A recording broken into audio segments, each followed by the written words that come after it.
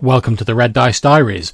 This podcast is a rambling journey through the wonderful world of RPGs from the viewpoint of a long-time GM and player. The music at the start of this podcast was Nightmare by Alexander Nakarada and is used under Creative Commons license. Hi, this is John, and I just thought I'd take a moment to chat about my recent experience playing Lamentations of the Flame Princess. Although I've run a fair amount of OSR games in the past, this was one of, if not my first experiences of actually playing it. I was lucky enough to get in a game with Ian Christiansen and 3 other people, none of which I've gamed with before, apart from Ian, and really enjoyed it. We were running through the Fishfuckers module for Lamentations of the Flame Princess, which is a bit of a riff on the old Lovecraft Innsmouth story, which saw our 4 adventurers being recruited to find out what had happened to a missing duke in the strange town of Innsmouth. Now, I'm not going to go into too many details about the plot in case you want to run it. I don't want to spoil it for you, but we had a great old time. We had a party consisting of a specialist, a dwarf, myself playing a fighter, and a magic user. We all pretty much rolled our characters at random, created 4th level characters. We're all a posse who travelled together for a while, and we were on this mission to rescue the Duke.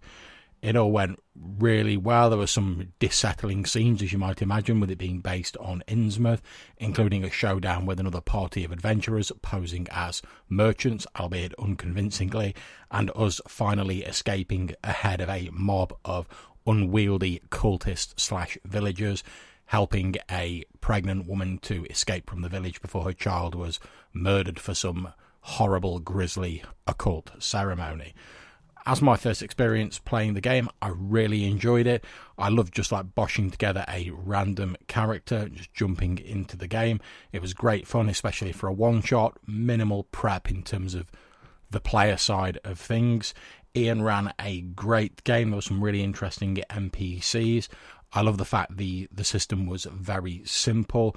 There was no messing about, even though a lot of us hadn't really played any Lamentations of the Flame Princess. It only took a little bit of explanation. Yeah, we had a few sort of bumps and little bits of confusion along the way, but that's only to be expected in a new game. But we all really enjoyed it. All of the players gelled really well, got a bit of party banter going on, and generally just had a great time playing it. If you've not tried Lamentations of the Flame Princess, I thoroughly advise you give it a go. It's an OSR sort of riff on the old D&D rules, fairly simple. You have your normal sort of characteristics, you have a few skills, most of which are fairly low for people unless you're the specialist, in which case you get a few points to sprinkle amongst them. And skills are basically, you have like a 1 in 6 chance or a 2 in 6 chance of like passing a skill, and they're things like open doors, tinkering, sleight of hand, etc. And you're trying to get equal to or below your skill rating on a d6. Simple as that.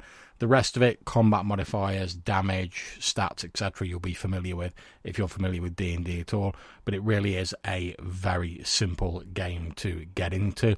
I know a lot of people are put off by the sort of weird horror vibe of the game, but to be honest, I've found that a lot of that's actually down to the supplements. The actual rulebook itself doesn't really have a great deal of that in, although some of the artwork is a little bit risque, but it's a well-written, well-illustrated, and interesting book. And I also love the fact that it has an appendix on black powder firearms, since the default setting of Lamentations of the Flame Princess is a little bit later, a bit more sort of Renaissance, I suppose, than your standard D&D setting.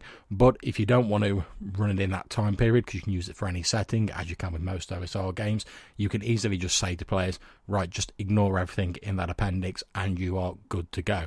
Like I say, if you've not tried it or you've been put off before, I highly advise that you pick it up. You can get a no art but otherwise identical version in PDF free on DriveThruRPG, and I'll put a link to that in the description of this podcast. So if you've had any experiences with Lamentations, drop me a message, drop me an email, and I'll see you all soon. And whenever you're playing, hope you enjoy yourselves. So that's it for this episode. If you have any questions or suggestions for things you'd like to see in the podcast in future, please either email them to reddicediaries@gmail.com or drop me a voicemail at Anchor. Until I see you next time, wherever you're playing, take care and enjoy yourselves.